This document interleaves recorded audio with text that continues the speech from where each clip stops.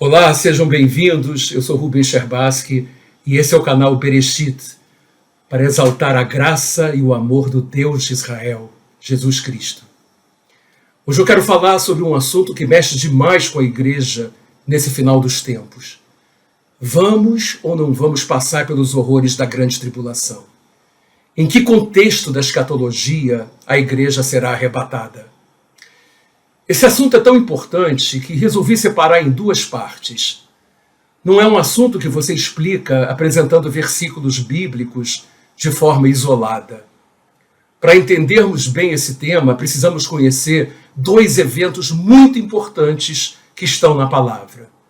A profecia conhecida como as 70 semanas de Daniel e a festa dos tabernáculos. Que o Senhor te abençoe.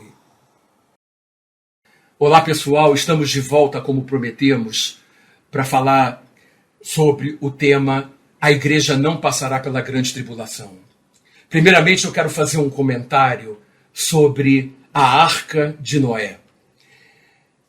É certo que a história da Arca de Noé prefigura um tipo de arrebatamento. Alguns creem que a Arca é uma figura do remanescente de Israel que será preservado da grande tribulação. Pensam dessa forma porque focam no fato de que Noé e sua família habitarão a terra após a grande tribulação. Mas eu vejo de outra forma. Em 1 Pedro 3,20, lemos o seguinte: os quais no outro tempo foram desobedientes, quando a longanimidade de Deus aguardava nos dias de Noé, enquanto se preparava a arca, na qual poucos, a saber, 8 pessoas, foram salvos através da água. Isso não é outra forma de endossarmos 2 Pedro 3,9. Não retarda o Senhor a sua promessa, como alguns a julgam demorada. Pelo contrário, ele é longânimo para convosco, não querendo que nenhum pereça, senão que todos cheguem ao arrependimento. Tanto nos tempos de Noé, quanto nos nossos dias, o caráter longânimo de Deus se faz presente. E o que disse Jesus a respeito daqueles dias? Pois assim como foi nos dias de Noé, também será a vinda do Filho do Homem. Porquanto assim como nos dias anteriores ao dilúvio, comiam e bebiam, casavam e davam-se em casamento, até o dia em que Noé entrou na arca, e não o perceberam, senão quando veio o dilúvio e os levou a todos. Assim será também a vinda do Filho do Homem. Então 2 estarão no campo, um será tomado e deixado o outro. 2 pessoas estarão trabalhando no moinho, uma será tomada e deixada a outra. Portanto, vigiai, porque não sabeis em que dia vem o vosso Senhor. Mas considerai isso. Se o pai de família soubesse a que hora viria o ladrão, vigiaria e não deixaria que fosse arrombada a sua casa. Por isso ficai também vós apercebidos, porque a hora em que não cuidais, o Filho do Homem virá. É interessante que, ao dissertar sobre esse texto, percebe-se como o arrebatamento após a grande tribulação não faz o menor sentido. Se por algum sinal, por exemplo, o anticristo se manifestar e então alguém perceber que está vivendo os dias da grande tribulação, não fará qualquer sentido a questão da vigilância. Basta contar nos dedos os dias que faltam para a volta do Senhor. Preste atenção nesse texto de Mateus 24, de 37 a 44. Assim como foi nos dias de Noé, também será a vinda do Filho do Homem. E a pergunta que eu faço é: como foi nos dias de Noé?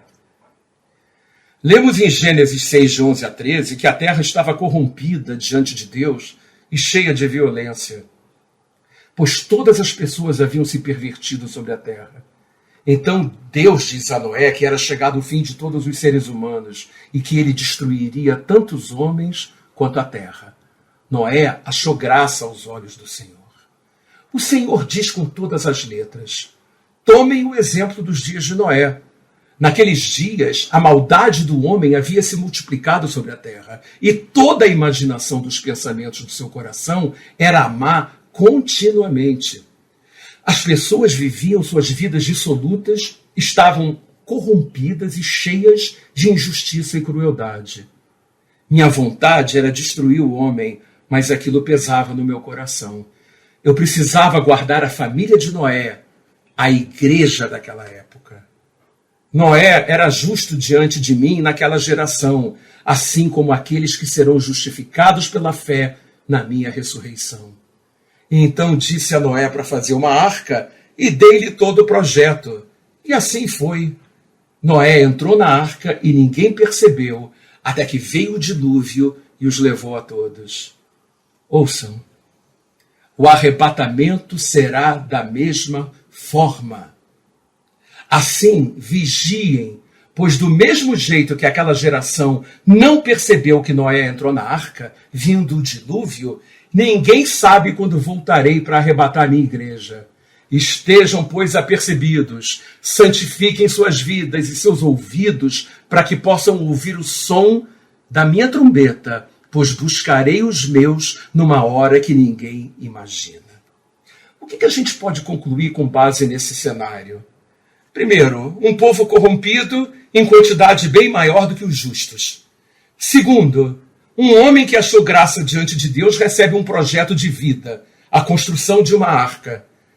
Terceiro, o dilúvio estava preparado, mas enquanto a arca não ficasse pronta e Noé não entrasse nela com a sua família e animais, Deus não enviaria o dilúvio. Então, temos uma igreja protegida da ira de Deus. É interessante ler que durou o dilúvio 40 dias sobre a terra. Cresceram as águas e levantaram a arca de sobre a terra. Ou seja, a igreja de Noé foi guardada da provação, estando acima das águas, em uma arca sobre a terra. Por que eu enfatizo isso? Porque muitos dizem que quando Jesus escreveu ao anjo de Laodiceia, porque guardaste a palavra da minha perseverança, também eu te guardarei da hora da provação que há de vir sobre o mundo inteiro, para provar os que habitam sobre a terra. Muitos acreditam que a igreja será protegida da grande tribulação, estando na terra, ou seja, preservada, mas não excluída. Todavia, eu creio que a igreja estará acima da terra, ou seja, no céu. Onde? Em abrigos temporários, como eu falei no primeiro vídeo, em Sukkot. A arca nada mais é do que um abrigo temporário, um abrigo provisório, uma sucá. Essa é mais uma prova que a igreja não passará pela grande tribulação. Em segundo lugar, eu queria falar um pouquinho sobre o aspecto da vigilância. A pergunta é bem simples. Se a igreja estiver passando pela grande tribulação, do que ela deverá vigiar? Se ela estiver passando pelo governo da besta e do falso profeta, quais são os cuidados que a igreja deve ter? Em suma, você só vigia sobre alguma coisa para que o pior não te aconteça. Se o pior já aconteceu, vigiar não faz qualquer sentido. Mateus 24, de 42 a 43, é uma exortação à vigilância, quando Jesus compara esses dias de Noé à sua vinda. Então ele nos chama a atenção para estarmos ligados, apercebidos, de olho nas coisas espirituais, pois ele vai voltar numa hora em que as pessoas não estiverem fazendo cálculos mirabolantes, elaborando equações sobre a sua volta. Esse contexto é ilustrado pela parábola dos dois servos. Em Mateus 24, 45 até 51, quando o Senhor introduz a questão da fidelidade e da prudência à vigilância. Ele diz que confiará seus bens ao servo fiel e prudente para dar sustento à sua casa. A este o Senhor confiará seus bens.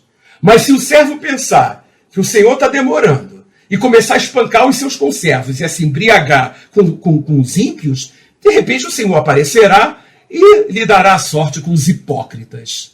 E a parábola conclui que esse será lançado no inferno.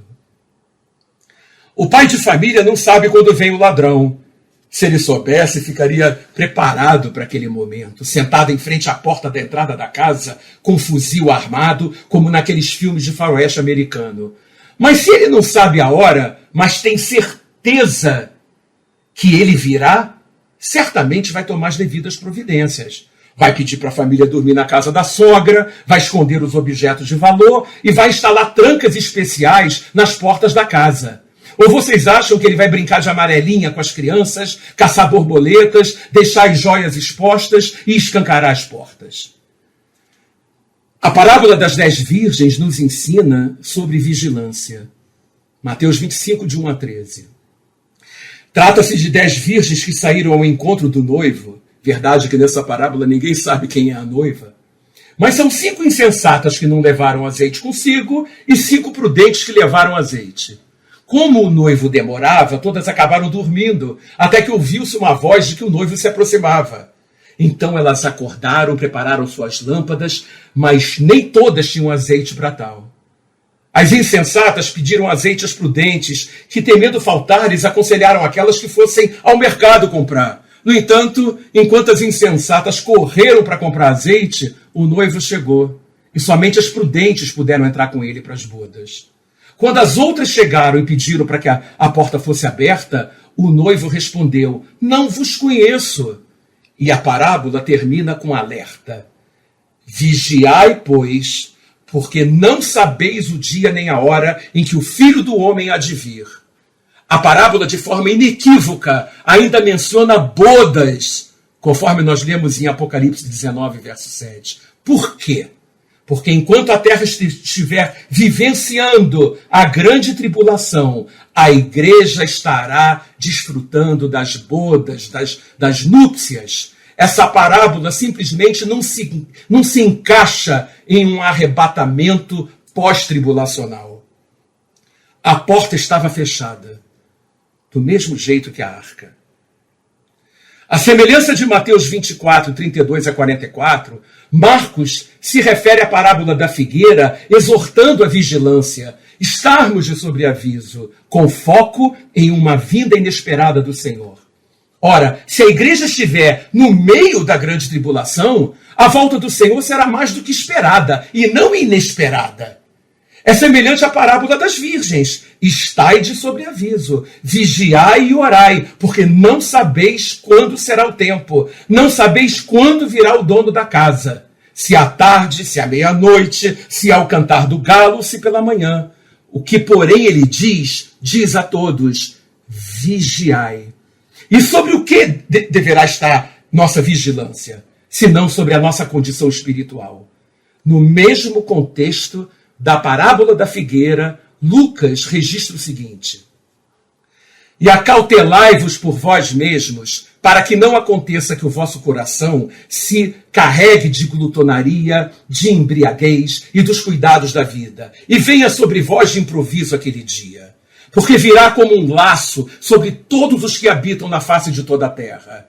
Vigiai, pois, em todo o tempo, orando, para que sejais havidos por dignos de evitar todas essas coisas que hão de acontecer e de estar em pé na presença do Filho do Homem.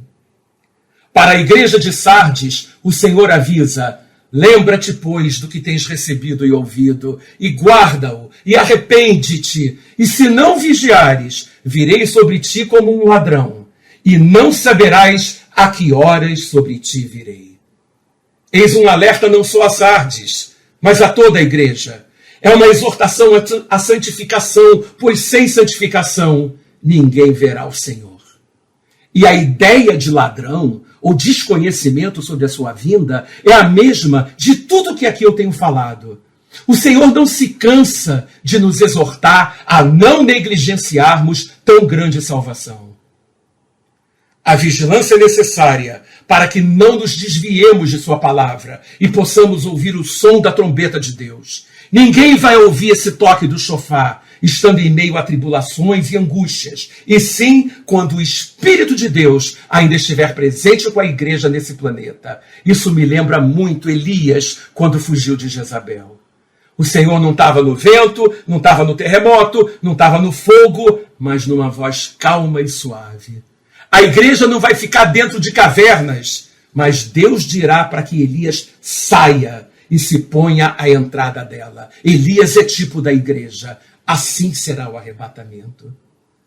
O texto de Apocalipse 16:15 é um dos mais impressionantes sobre o tema vigilância, pois no meio de um cenário catastrófico no planeta, de destruição total, no auge dos ministérios da besta e do falso profeta, naquele clímax da grande tribulação, entre a sexta e a sétima últimas pragas que vão ser derramadas, num mundo onde águas se tornam em sangue, de calor abrasador, em meio a guerras, armas nucleares, biológicas, químicas, destruição, fogo, fome, sede e morte. Quando a volta do Senhor é iminente, surge sua voz anunciando que sua vinda será como a do ladrão. Isso é, sem que ninguém espere. Ora, nesse contexto apocalíptico, a exortação à vigilância é tão somente para que o homem não venha a passar pelos horrores da grande tribulação. A forma de advertência é a mesma dada à igreja de Laodiceia, ou seja, fala de santidade, de vestes e nudez espiritual.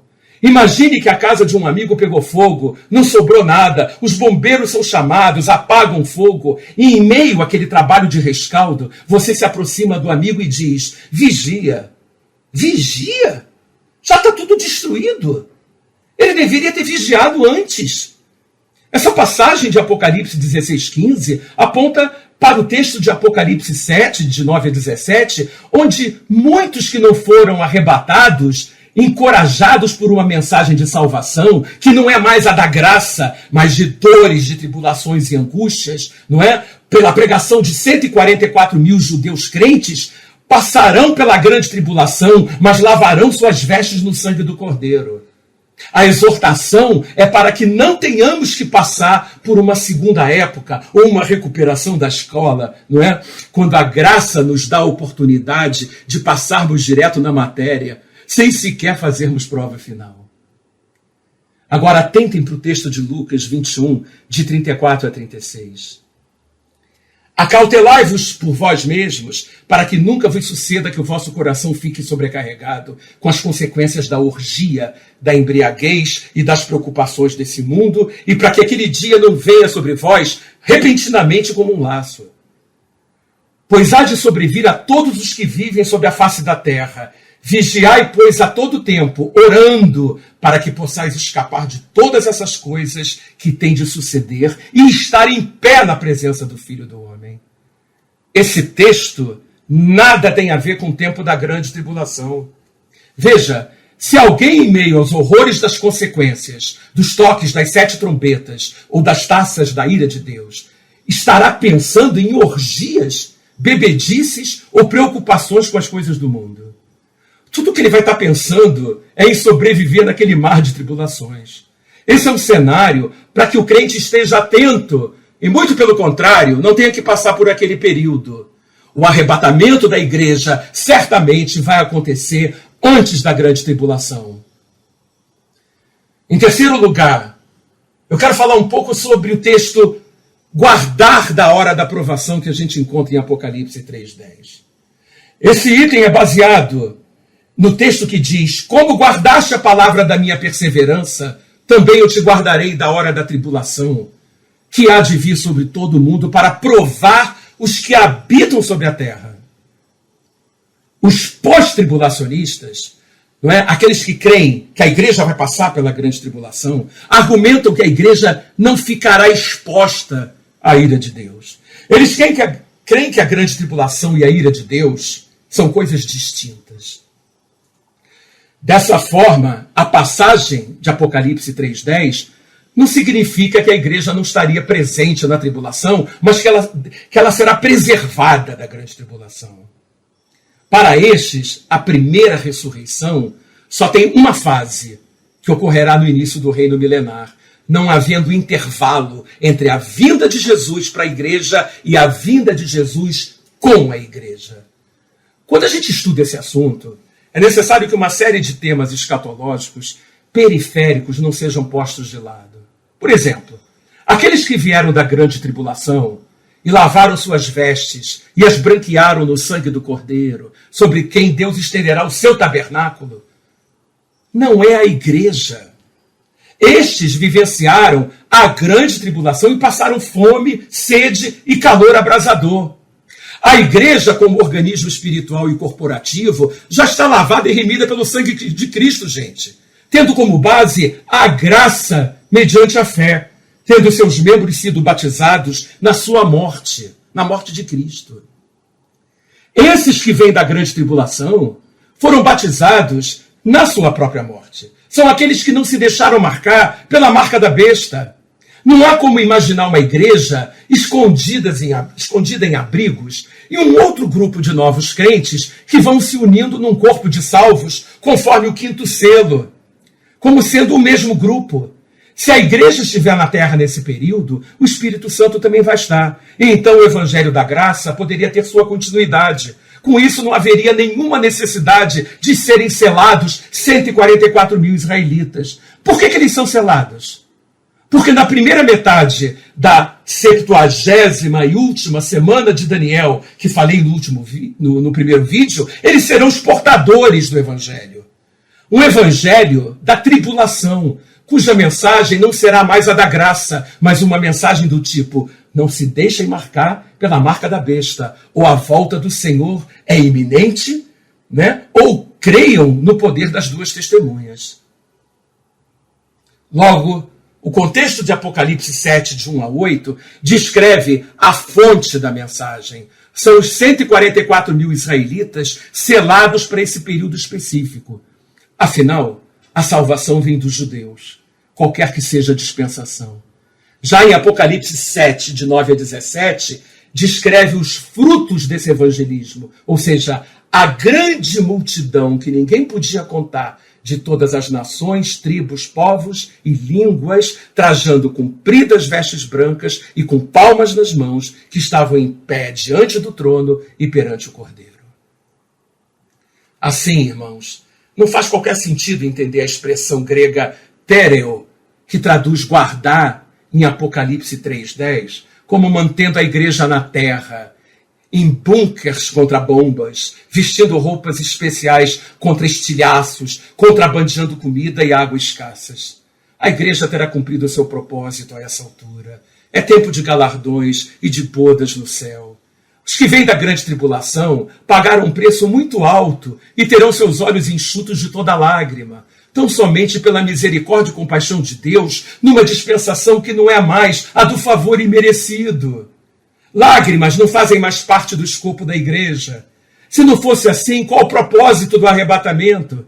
Se a grande tribulação termina no Armagedon, com a volta do Senhor, com a prisão da besta e do falso profeta, que serão lançados vivos no lago de fogo, e com a prisão de Satanás, que é amarrado por 1000 anos, como criar um cronograma onde em frações de segundo os mortos em Cristo ressuscitam, corpos são transformados em corpos de glória, os vivos em Cristo são transformados num abrir e piscar de olhos, a voz do arcanjo ao som da trompeta de Deus. E então, estando todo nas nuvens, ouvem uma voz do Senhor dizendo, como se estivesse dizendo assim: gente, subamos rapidinho a Nova Jerusalém, pois as bodas estão prontas e os anjos preparados para lhes entregar os galardões. Assim que nós casarmos, deixem os galardões nas vossas moradas e se encontrem comigo na porta da cidade, pois temos que descer para uma missão no Armagedon, pois o 6º anjo acabou de derramar sua taça sobre o Eufrates. Ou talvez fosse melhor fazer tudo isso nas nuvens e de lá mesmo correr para Esdraelon. Esdraelon é Meguido, é Armagedon. Desculpem a brincadeira, a paráfrase, foi tão somente para efeito didático. Mas se é para passar pela grande tribulação, qual é o propósito do arrebatamento? Ora, o arrebatamento da igreja é um prêmio do Senhor à sua noiva, uma forma de carinho, de proteção, de zelo. É uma forma do Senhor mostrar a diferença entre o justo e o ímpio, entre o que serve a Deus e o que não serve. Se o arrebatamento não for antes da grande tribulação, então basta a igreja permanecer na terra, os que vêm da grande tribulação de Apocalipse 7 se unirem ao mesmo corpo da igreja, né? E quando o Senhor voltasse para destruir a tríade do mal no Armagedon, viria com as almas dos salvos, que encontrariam com seus corpos a serem transformados em corpos de glória. E por fim, depois de todos se encontrariam em Jerusalém para o julgamento das nações. Ou seja, nada faz sentido. Por fim, atentem para o que está escrito nesse versículo. Como guardaste a palavra da minha perseverança, também eu te guardarei da hora da tribulação, que há de vir sobre todo o mundo para provar os que habitam na terra. Precisa falar mais? É nítido que serão provados os que habitam sobre a terra. Se a igreja será guardada da provação, é evidente que ela não estará habitando na terra. Por fim, antes de nós concluirmos, eu gostaria de lembrar algo profético descrito em Gênesis 48. Antes, façamos uma comparação entre as listas que a Bíblia nos traz dos 12 filhos de Jacó. Você depois vai estudar com calma. Em 1 Crônicas 2, de 1 a 2, diz, esses são os filhos de Israel. Ruben, Simão, Levi, Judá, Issacar, Zebulon, Dan, José, Benjamim, Naftali, Gad e Asher. Em Apocalipse 7, de 5 a 8, nós encontramos uma lista um pouco diferente. Diz assim, da tribo de Judá foram selados 12.000, da tribo de Ruben 12.000, da tribo de Gad 12.000, da tribo de Asser 12.000, da tribo de Naftali 12.000, da tribo de Manassés 12.000, da tribo de Simeão 12.000, da tribo de Levi 12.000, da tribo de Issacar 12.000, da tribo de Zebulon 12.000, da tribo de José 12.000, da tribo de Benjamim foram selados 12.000. Depois, com calma, eu quero que você estude e me diga o seguinte: qual é a diferença entre essas duas listas? Na lista de Apocalipse, não consta a tribo de Dan, e sim de Manassés. Mas eu pergunto, se consta Manassés, por que não constaria Efraim? Já que ambos são filhos de José. Quando percebemos em Gênesis 48, de 13 a 14, o movimento profético dos braços de José cruzando e atestando a ordem de Jacó, vemos que o menor, Efraim, seria maior que Manassés, tornando-se uma multidão de nações. Amados, Manassés aponta para Israel, profeticamente para Israel. Efraim simboliza e representa a igreja. E sendo assim, não poderia fazer parte da lista de tribos descrita em Apocalipse.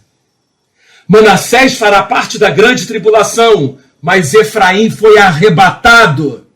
A igreja não estará na terra nesse período de grande tribulação.